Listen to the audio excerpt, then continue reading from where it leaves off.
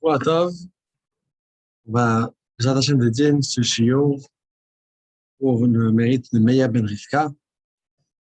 Hachem qui dit du brachot, qu'Hachem lui accorde une grande fois chez Lema. Bezrat Hachem très rapidement, Bakar Babash. On se trouve dans le chapitre 9 de l'Ilchot Nedarim, l'Ilchot Nezirut, pardon, les lois du Nazir, chapitre 9.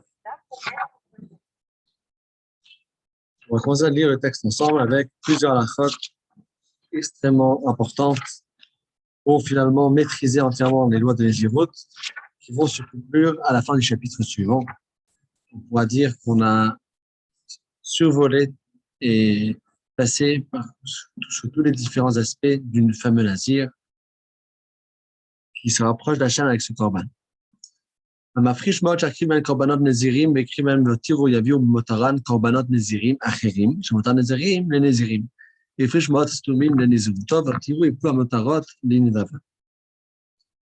Alors, si une personne, il met l'argent de côté pour les corbanotes de la nésiroute, et il a rapporté tous les corbanotes nécessaires, il lui reste encore de l'argent. Mais l'argent, il est déjà mukdashet pour une cause spécifique.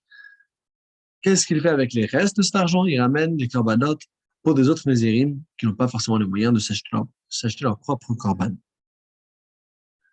Si, par contre, il a mis l'argent de côté, stam, c'est-à-dire sans préciser que c'est pour des corbanotes, mais stam, voilà, c'est pour la néziroute. On va expliquer ça exactement dans la Chadelet. Alors, dans ce cas-là, les restes de l'argent, il peut le donner pour Nedava, il peut le donner pour ramener n'importe quel korban qui est offert dans le Beth Amikdash. Alachabet. Amafrish ma'ot meforashim.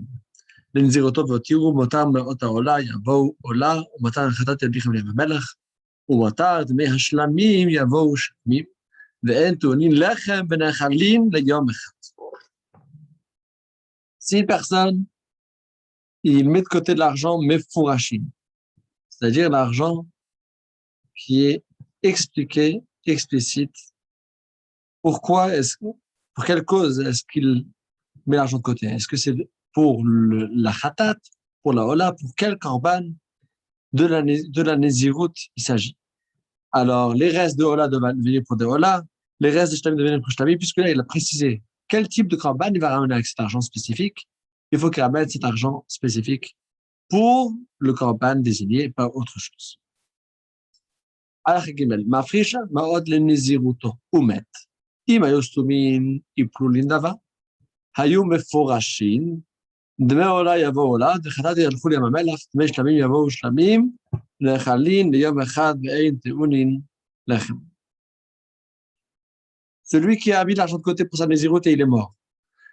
Qu'est-ce qu'on fait? Est-ce que là, l'argent s'est réparé? On dit si l'argent était stoumin, c'est-à-dire qu'il a mis l'argent de côté pour les dépenses d'un nésiroute, mais sans dire qu'est-ce qu'il va faire avec. Donc, ce n'est pas vraiment désigné.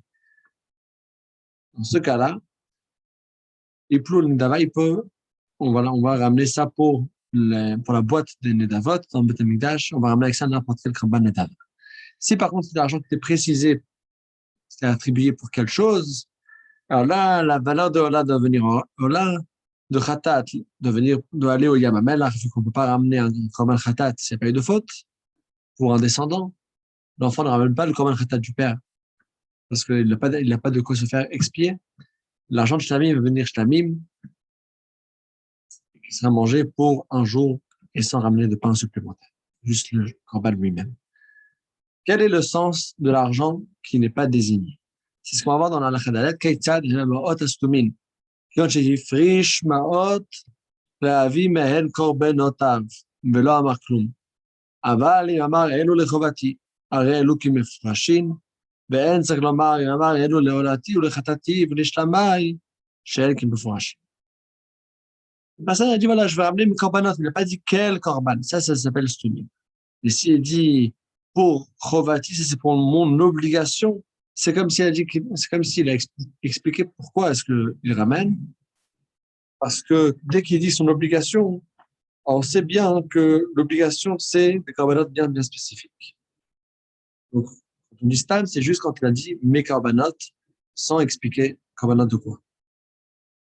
הלכה המפריש בהמה בעלת מום, הרי כמאות סתומים, וכן המפריש לשון של כסף ושל זהב, או כלי, אף על פי שאמר זה לחטאתי ולעולתי ולשלמי, הרי הוא כמאות סתומים. Celui qui met de côté un animal בעלת מום, alors c'est comme si c'était de l'argent qui était stable. Parce que la béma qui parle de qui a un défaut qui ne pourra pas donc être caché pour être ramené au corban, alors c'est comme s'il a ramené finalement une valeur d'argent. Il n'a pas ramené le corban lui-même. L'animal n'était pas apte à être corban s'il avait un défaut. Pareil, celui qui met de côté pas de l'argent liquide, mais de l'argent, de l'or ou un ustensile, c'est une valeur d'argent. Même s'il dit que ça va venir pour la khatat, pour les shlamim, c'est comme si c'était de l'argent qui était donné stam. Vu que ce ne sera pas ça même qui va acheter, puisque c'est pas du liquide, il faut tout d'abord le vendre, et ensuite le convertir dans autre chose. Donc, c'est comme si c'était de l'argent qui n'était pas encore défini. Allah chava va omer, elu lechatati, ve'ashar linziruti umet. O shaita isha, והפר לה בעלה, בני חטאת ילכו לים המלח, והשאר יבואו בחציין עולה ובחציין שלם. Celui qui dit, ça vient pour mon khatat, et le reste, ça vient pour ma nézirout, il est mort. Ou bien que c'était une femme, et qu'elle a désigné une certaine partie, un certain argent pour ensuite Nézira, il ramène un certain corban, et son mari, il a annulé son vœu. Alors, qu'est-ce qu'on fait avec l'argent de Khatat, qui a reçu une certaine kedusha? Il doit aller au Yam HaMelach, d'aller à la mer morte, qu'on ne pourra rien faire avec, et le reste de l'argent, la moitié de venir au là, et la moitié de venir dans les corbanotes de Shlam. Al-Khazaïn, Amar, Eloul, Olati, Vachar, Ben Zivoti, mais Olad, Yivo, Ola, Vachar, Iplou, Lindafa. S'il a par contre désigné, voilà, une partie c'est pour Ola, une partie c'est pour la Nézirut, alors, l'argent qu'il a dit que c'est désigné pour le Ola, il devrait ramener accès à un korban Ola, et le reste, ça devient Netafa. Donc, pour ramener accès à n'importe quel korban Netafa. Alors, מי שדימה שהוא חייב בנזירות לפני שהוא נטע ואחר כך שאל לחכם והוראו, שאין זה נדר ואין חייב בנזירות, מה יעשה בקורבנות שהפריש, שיצאו ויראו בעדר שזה הקדש תרוץ, שאין לו הקדש כמו שהתבאר במקומו. Il y a un cas qui est tout à fait différent. Et c'est celui qui pensait qu'il était nazir, et donc il a mis de côté les corbanotes, et après il s'avère qu'il n'est pas nazir.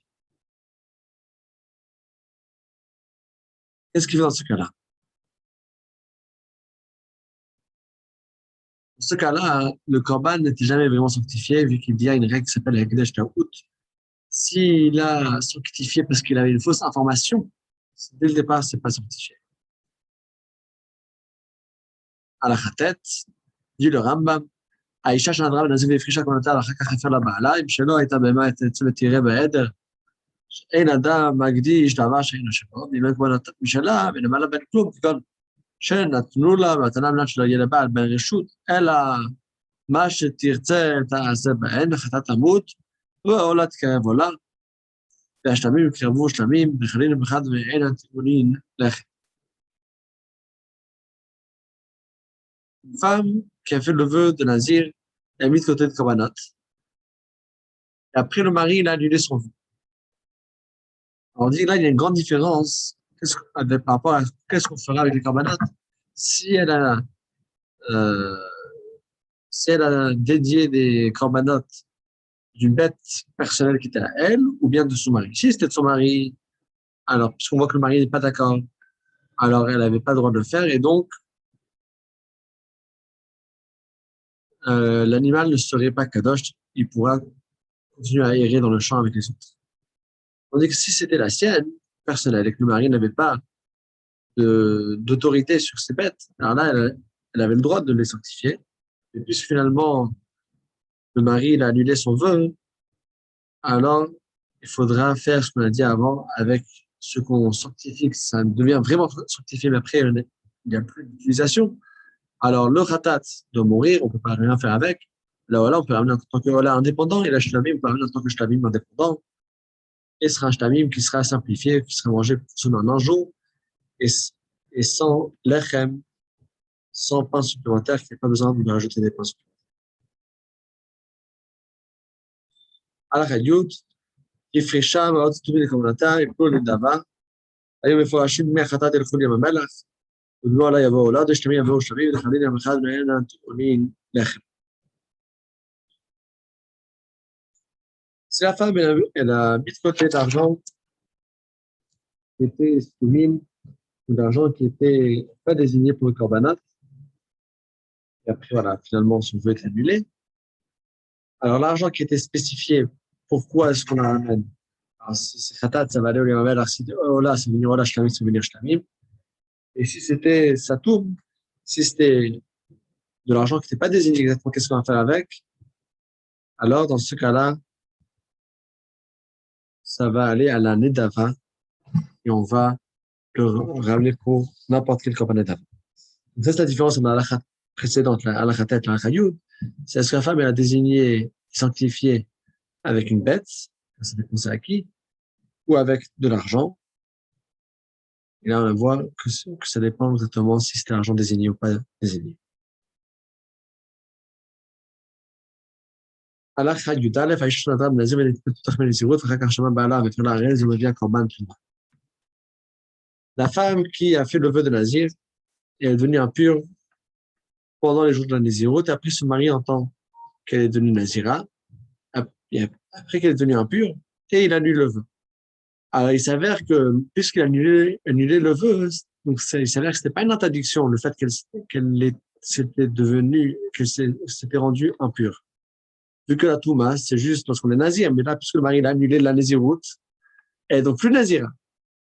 Oui, mais le moment qu'elle a transgressé, c'était Nézira, et donc elle doit ramener un korban Touma. Parce que quand le mari il annule le vœu, il annule juste depuis le moment qu'il annule et pour le futur. C'est pas qu'il annule rétroactivement. Ça, c'est le secret de la raison de la halakha.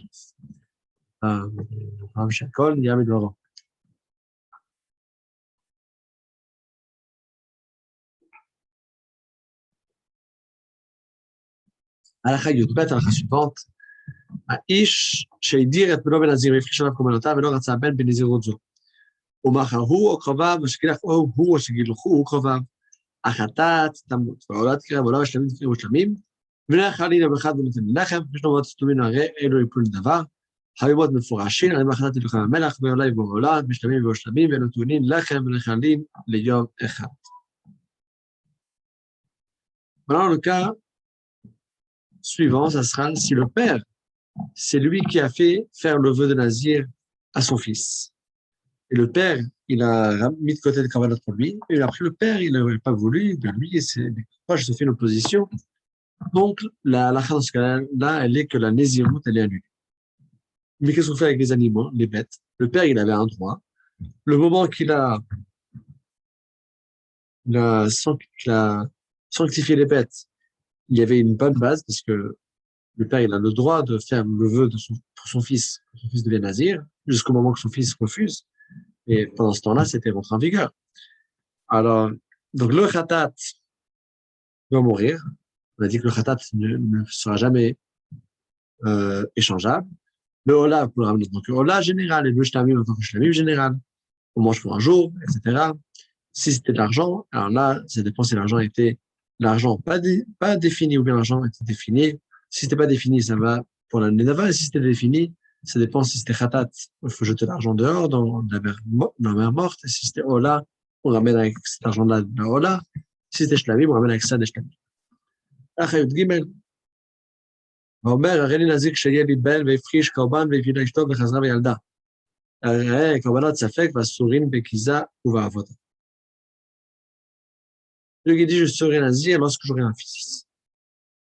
Et il a mis un corban de côté pour ça. Et sa femme, elle a fait une fausse couche, malheureusement. Et après la fausse couche, elle a eu un enfant. Alors, dans ce cas-là, c'est un cas qui est très délicat. Et quelle serait la halakha? Alors, le doute ici, c'est puisque lui, il avait mis le corban de côté avant la fausse couche, alors on a deux façons de voir ce qu'il avait désigné. Une façon, c'est de dire, dit lorsque j'aurai un fils, même si ça sera plus tard. L'autre façon, c'est de dire, non, il comptait quand même sur le prochain, que quand ce fils va naître, mais là, le fils aîné est né mort. Et donc, c'était pas ça ce qu'il avait l'intention de dire. Puisque là, on a un doute, est-ce que le corban il rentre en vigueur ou pas? Alors, ça fait qu'il n'a pas le droit de travailler avec, ni de le ramener en tant que corban dans le Mikdash, vu que ça fait que c'est un doute si le corban il rentre en vigueur. הלכה י"ד, הלכה 14,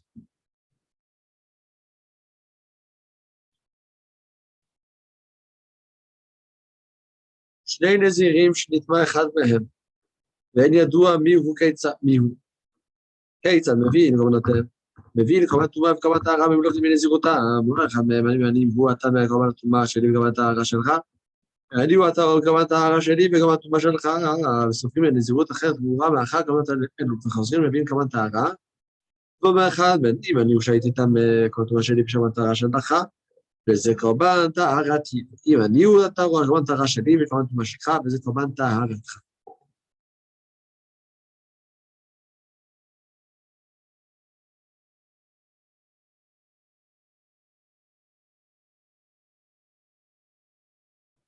וסופרים לזהות אחרת ברורה מחכות אלו, חוזרים להביא קורבן טהרה, ואומר אחד מהם, אם אני הוא שהייתי איתם קורבן הטומאה שלי וקורבן הטהרה שלך, וזה קורבן טהרתי, אם אני הוא אותו קורבן הטומאה שלי וקורבן הטומאה שלך, וזה קורבן טהרתך, זו שלב de קורבן כלום.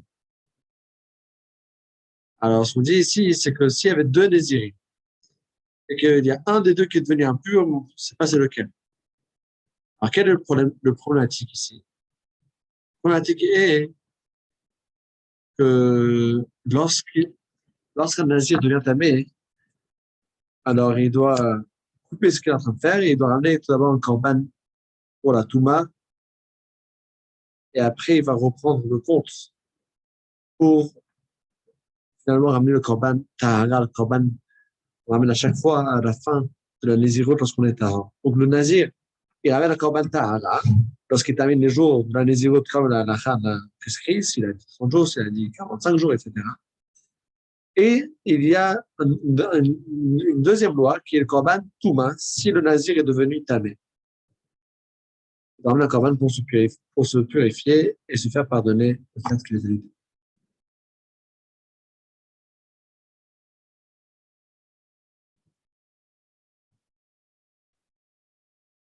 Alors, si j'ai deux nazirs qui sont devenus tamés, et aucun des deux sait c'est lequel qui est devenu tamé, comment est-ce qu'ils vont faire pour solutionner ça? J'explique le problème.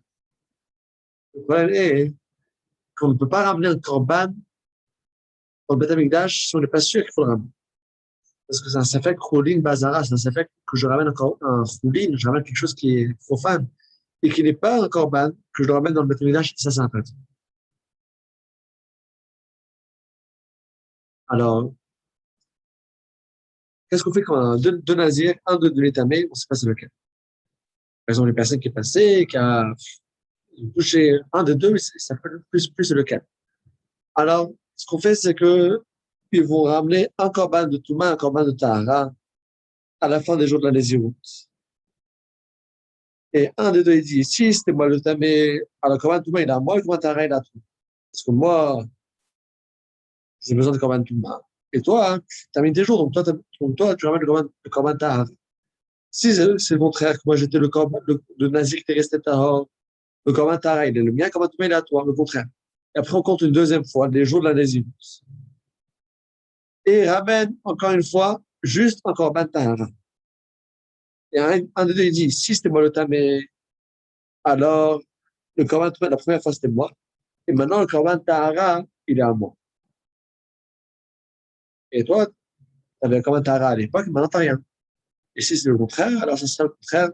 Le corban tahara d'avant était à toi, le corban tahara d'avant était à moi.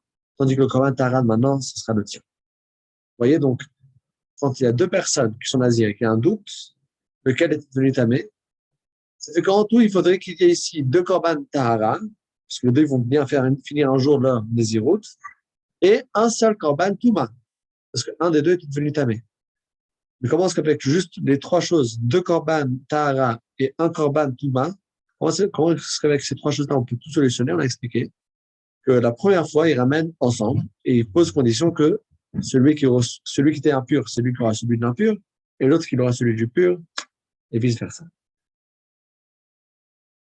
À la fin suivante, dans la fin 15, Ben Khad Ben Arizme Vik Khadat Aov Olat Behema Vemar If Amaiti Khatat Mechovati Vola Nedava אם טהור ראיתי כעולם מחובתי והחלטת עוף ספר עוף ספק, בסופר ימי נזירות אחרת ומביא קורבן טהרה, ואומר אם טמא הייתי העולה הראשונה נדבה וזו חובה, ואם טהור הייתי העולה הראשונה חובה וזו נדבה שזה שער קורבני, בין אחד משניהם מגלח תיק אחת, מה אלא כן היו קטנים ואנשים שאין להם מקשיפים פעד ראשם ספק. Si maintenant il y a un des deux, Nazir, que je ne sais pas si lequel était devenu tamé, un des deux est mort. Qu'est-ce qu'il fait le deuxième? Le deuxième, il ramène un khatat à off de l'oiseau et une olat behema, une olat qui est un animal. Il dit, si j'étais impur, alors la khatat, ce sera pour mon obligation, korban touma, et la ola, ce sera juste une offrande en plus. Et si j'étais tout le temps pur, alors la ola, c'est pour mon obligation, et le khatat à off, je ramène juste pour le doute. Quand on ramène un khatat pour le doute, on ramène toujours un oiseau et pas une bête. Encore une fois la Nézirut, et il ramène un korban tahara. Il dit, si j'étais tamé la première fois, alors maintenant je me rends quitte avec mon obligation, parce que avant j'étais tamé, maintenant je suis tahor. Et si jamais dès le départ j'étais pur, alors maintenant ce que je ramène, c'est juste une nedava, c'est juste une offrande en plus avec les restes des korbanot qui me restaient en tant qu'obligation. Dans tous ces cas-là, il faudra que aucun de ces deux nazirs ne se rase la première fois, lorsqu'on a un doute, chacun d'eux, si maintenant il est déjà, si maintenant il termine les jours de son impureté ou bien qu'il termine les jours de sa pureté, on ne sait pas lequel c'est, on ne sait pas s'il est devenu impur ou pas. Alors, dans ces cas-là, il n'y a aucun des deux qui va se couper les cheveux, vu qu'on n'a pas le droit de couper les cheveux pour un doute, on n'a pas le droit d'enlever les péotes, pas le droit de se raser entièrement pour un doute, sauf si c'était des femmes ou des enfants qu'eux, ils n'ont pas d'interdit de se raser entièrement les cheveux. À la 16, parce que l'obligation des périodes, c'est juste pour les hommes. Comment c'est possible d'avoir des gens qui ont un doute s'ils sont impurs ou pas? בגלל שהיו שני הנזירים עומדים ברשות היחיד, הספק טומאה שם טמא, ואחד מבחוץ רואה אותן ואמר ראיתי אחד מכם שנטמא ואני יודע מי הוא. אבל אם היה את זה עם בחצר, שני דורים, כאן שווה שלושה רבים ברשות היחיד, ספק טהור וספק טומאה ברשות הרבים, שהוא טהור כמו שדבר במקומו. Par exemple, s'il y avait deux Nézirim dans un domaine privé, qu'il y avait une troisième personne qui était à l'extérieur du carré, il dit, attention, j'ai vu un de vous qui est devenu impur, mais je ne sais pas c'est lequel. La réalité est que si j'ai un doute de l'impureté dans un domaine privé, on est tamé. Bon, c'est pas lequel qui est tamé. Ça, c'est le cas qu'on a discuté maintenant. Par contre, s'ils étaient trois personnes dans le domaine privé, ça s'appelle un rabbin, déjà, ça s'appelle déjà un public. Et quand il y a trois personnes, alors quand il y a un doute, il reste tahor, il reste pur. C'est la qu'on va voir dans les lois de la Touma Vetara. הלכה 17, באמת, והרבה אומרים שהתקופה נזירים שניהם, או נסתפק להם הדבר. אם אמר אחד מן, אני לא נצמאת אפילו שני עדים מעיד עליו שנטמא, אני מביא כמובן על פיהם, ששמע לא נטמאתי, אומר, אין מביא בטומאה, כשפעם נשאלתי על נזירותי, ויש שאינו מכחיש את העדים, האדם נאמן על דעת עצמו, אבל אם שתק או נסתפק לו, הרי זה מביא כמובן אפילו על פי עד אחד, כמו שתבארנו. וכן, את שאמר, אחד בפני נדרת, ונזירות, או מכחישו, אינו חייב כלום.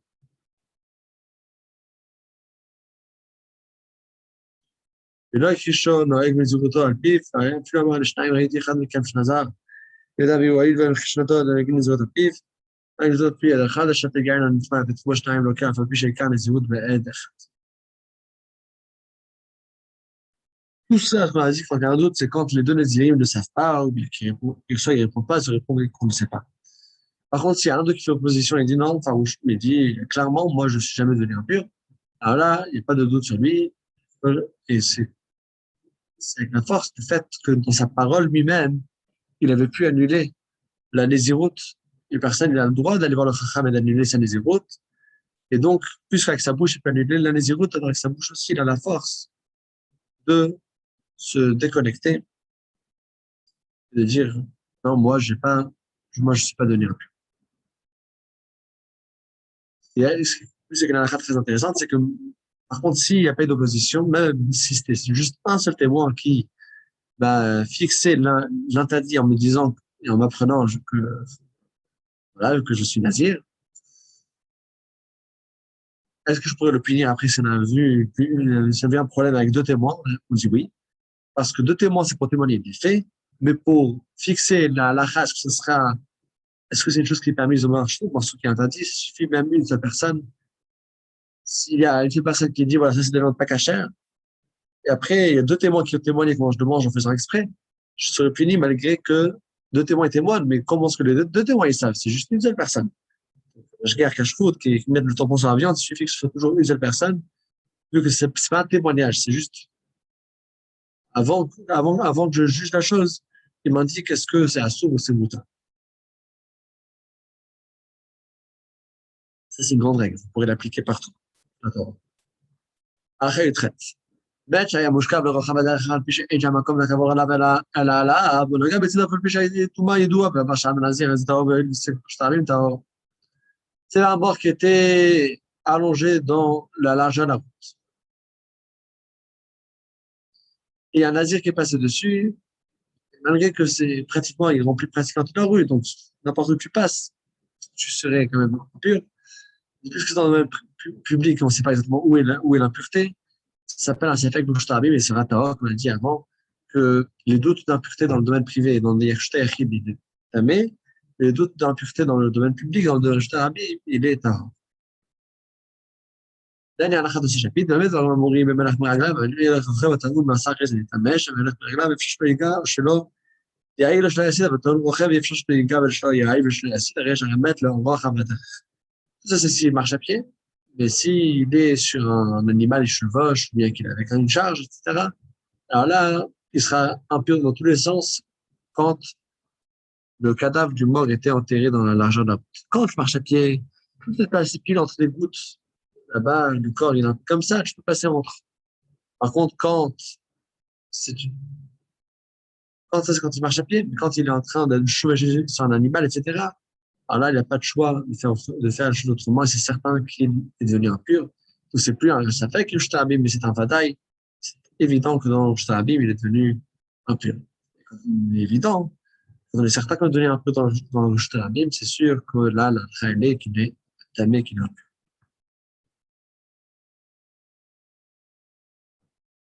Est-ce qu'il y a des questions par rapport à ce chapitre? Ou bien sur les chapitres de Shabbat et vendredi? Dimanche, c'est toujours le premier live de la semaine, après 2 jours, dans lesquels c'est des replays. C'est pas ici joliment par les rabbinim, mais par le grand professionnalisme de Baruch, qui est retourné dans un cadre magnifique. Oui, Rabbi, je voudrais vous poser une question. On voit toutes les halakhot qui sont par rapport au nazir. C'est-à-dire que c'est le nazir qui gère un peu son nazira. Mais c'est quand il vient au Beth Amikdash, quel est le rôle du Kohen qui le reçoit? Est-ce qu'il doit vérifier? Est-ce qu'il a des moyens de voir si le nazir a bien fait tout ce qu'il fallait? Est-ce que voilà, donc quel est le rôle de l'autre côté? Quel est le rôle du Kohen qui reçoit le nazir pour terminer son nazir? Très bonne question. Le Cohen, en principe, il ne doit pas vérifier différentes choses. On fait confiance à un juif. Quand un juif te dit que c'est kasher, est-ce que tu fais confiance ou pas? Non, mais c'est pas une question de confiance. Il sait pas, il a fait une faute, il le sait pas, ou donc voilà, il faut sans savoir, ou s'il n'a pas mené son Nézira parce que par méconnaissance ou voilà, par inadvertance, par exemple. C'est pas pour mentir, mais bien sûr. Donc, quand il arrive, il dit, voilà, je suis venu dans le Beth parce que j'étais nazir et j'ai terminé mes 30 jours, par exemple. J'ai fait la naziroute minimale. Alors, on part du principe que les gens qui viennent et qui qui viennent s'introduire dans le Beth Amikdash de venir pour faire ABC, on estime toujours qu'ils savent de quoi est-ce qu'ils parlent. C'était à l'époque du Beth Amikdash. Pratiquement, s'il y a besoin de vérifier quelque chose, ce serait OK, alors est-ce que tu as bien fini les jours? C'est un petit check-up. Est-ce que tu as fini les jours? Est-ce que tu as bien fait ci? Est-ce que tu as bien fait ça? Par exemple, Gadel Peras et Arrochon. Il faut qu'il ait les cheveux qui poussent minimum pour 30 jours. Moins que 30 jours, si par erreur quelqu'un a coupé les cheveux au milieu, même si c'est pas de sa faute, mais il faut qu'il attende au moins 30 jours depuis la coupe des cheveux. Parce que c'est que les cheveux doivent pousser. Le minimum, c'est 30 jours, selon l'évaluation des Chachamim. Ça serait des petits détails de rappel, à titre de rappel, mais de façon générale, on fait confiance à chaque juif qui vient. Quand tu as un minyan, alors s'il n'y a pas 9 personnes qui répondent à la Chazara, alors c'est Karov liot Birchotav Levatal. Ça s'écrit dans le Shulchan Aruch. Alors est-ce que quand tu as des gens, tu les robotises et tu contrôles? Non, tu fais quand même confiance à chacun.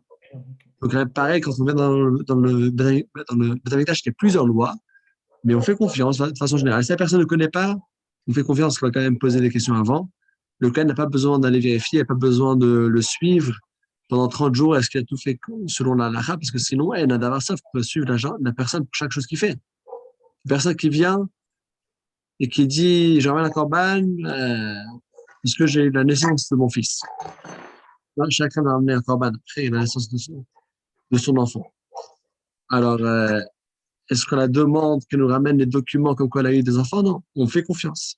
La personne il dit j'ai fait une faute. Tu dois ramener un corban pour la faute. On dit attends, ramène des preuves que tu as fait la faute.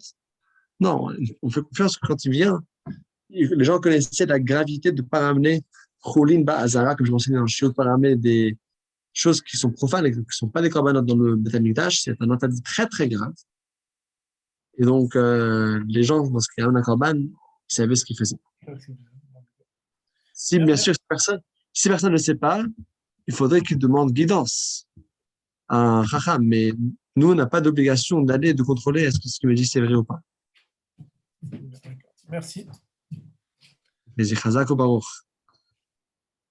Toujours de très bonnes questions. Attention, tu as une vague derrière toi, Baruch. Tu vas te mouiller. On va faire du surf.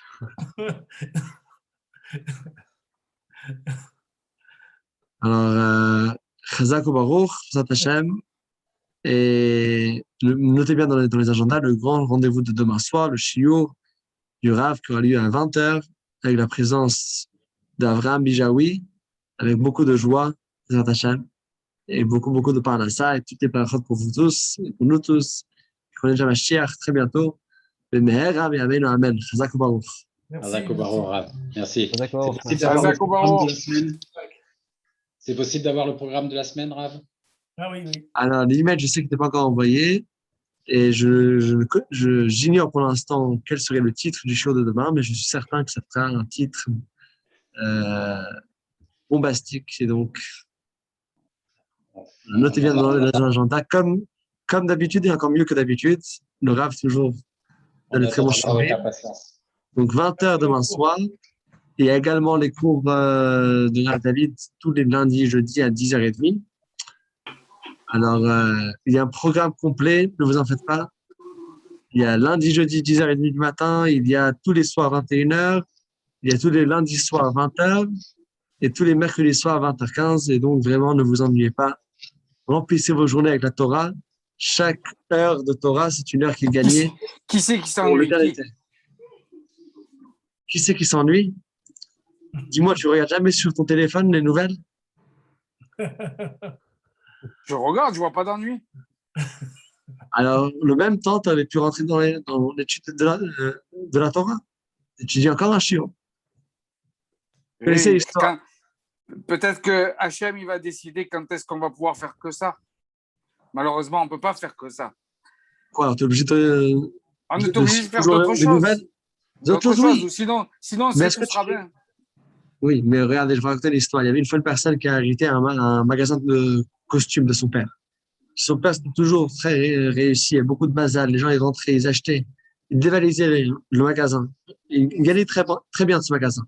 Le fils a repris le magasin après la mort de son père. C'était le même emplacement, évidemment. La même marque. Rien n'a changé de spécial. C'était les mêmes fournisseurs, la même rue, les mêmes horaires, la même marchandise. Le fils avait aussi le tact. Tout était bien. Mais ça marche pas.